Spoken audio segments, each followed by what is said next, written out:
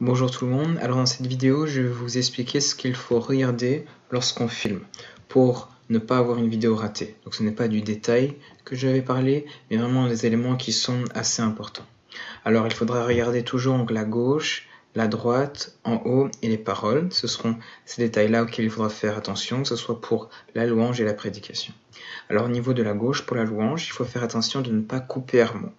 Et donc pour ne pas le couper, on vise un tout petit espace ici à gauche de la télé, ou à la limite on peut couper la télé, mais vraiment juste faire attention que Armand soit bien dans le cadre, et qu'il soit toujours dans le cadre, même s'il se déplace un peu vers sa droite à lui. Donc ça c'est important. Et là par contre, j'avoue c'est du détail, mais on peut éventuellement enlever le pupitre. Mais ça c'est purement du détail, c'est pas grave si vous ne l'enlevez pas. Alors pour la droite, il est également important de ne pas trop viser la droite et de juste laisser un petit espace entre donc le mur qui est utilisé pour projeter et la droite. Donc je laisse un tout petit espace parce que sinon, lorsque Mike va arriver, on va voir un bras comme ça qui arrive.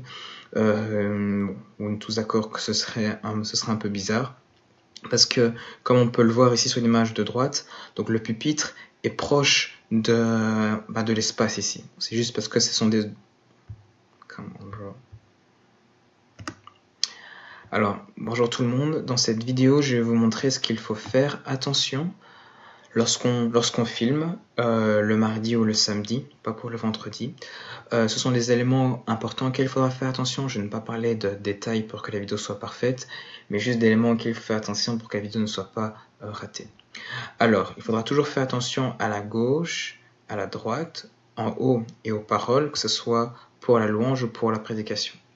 Alors, au niveau de la gauche, il faut faire attention, pour la prédication, il faut faire attention de ne pas couper Armand. Et donc, pour ne pas le couper, il faut laisser un tout petit espace ici, à gauche de la télé, ou à la limite, couper un peu la télé, mais il faut vraiment faire attention de ne pas le couper et de laisser suffisamment de marge pour que si jamais il bouge un peu vers la droite, qu'on ne voit pas la moitié de son corps. Donc ça, c'est important.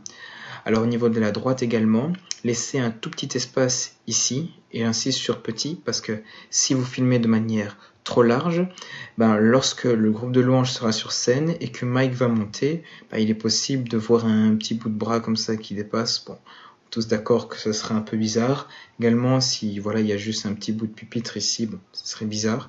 Et donc c'est pour ça qu'il faut juste viser un tout petit espace là. Donc en fait, juste faire attention que lorsque le prédicateur monte, qu'on ne voit pas son bras. En soi, c'est juste ça. Quand vous filmez, vous pouvez faire un petit test, vous demandez à quelqu'un de monter, et puis si on voit rien, c'est bon. Alors, et au niveau de la hauteur, pour la louange, c'est moins important.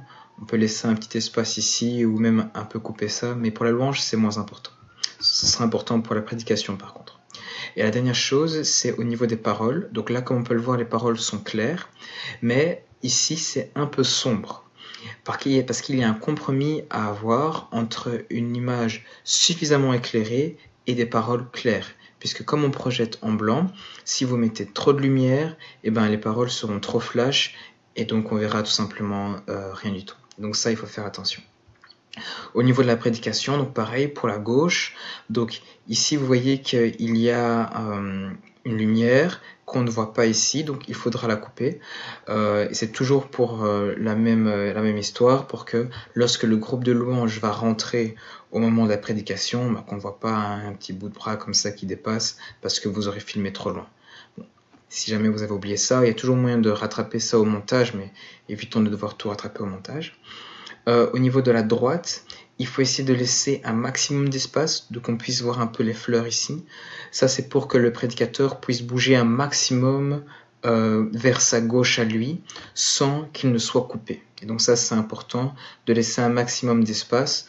Et donc voilà, comme repère, on voit un petit bout de plante, et la télé, on doit la voir, donc pas coupée comme ça. C'est juste pour que le prédicateur puisse vraiment bouger. On va essayer de restreindre le moins possible le prédicateur. Pareil ici, j'ai dit de ne juste pas voir cette petite lumière, mais pas couper ici, parce que sinon, s'il se déplacerait vers là-bas, on ne le verra plus.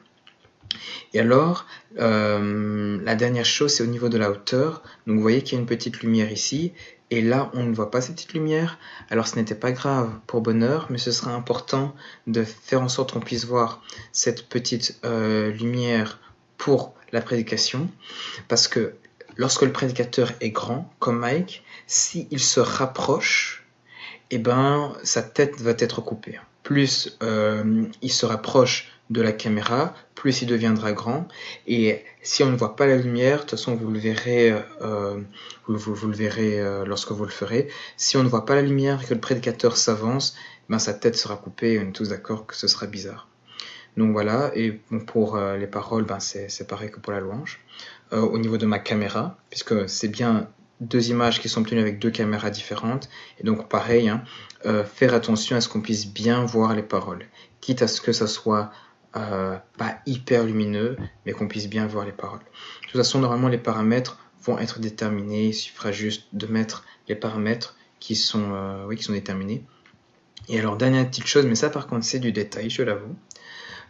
Ici, normalement, il y a une petite table qu'on enlève. Et comme vous pouvez le voir, la couleur est différente dans les deux images. Parce qu'avec la caméra XT4, il y avait moyen de modifier un peu les couleurs. Bon, c'est pas trop grave si vous ne le faites pas. De toute façon, il y aura les paramètres de couleurs qui seront également déterminés. Et donc voilà, merci pour votre attention.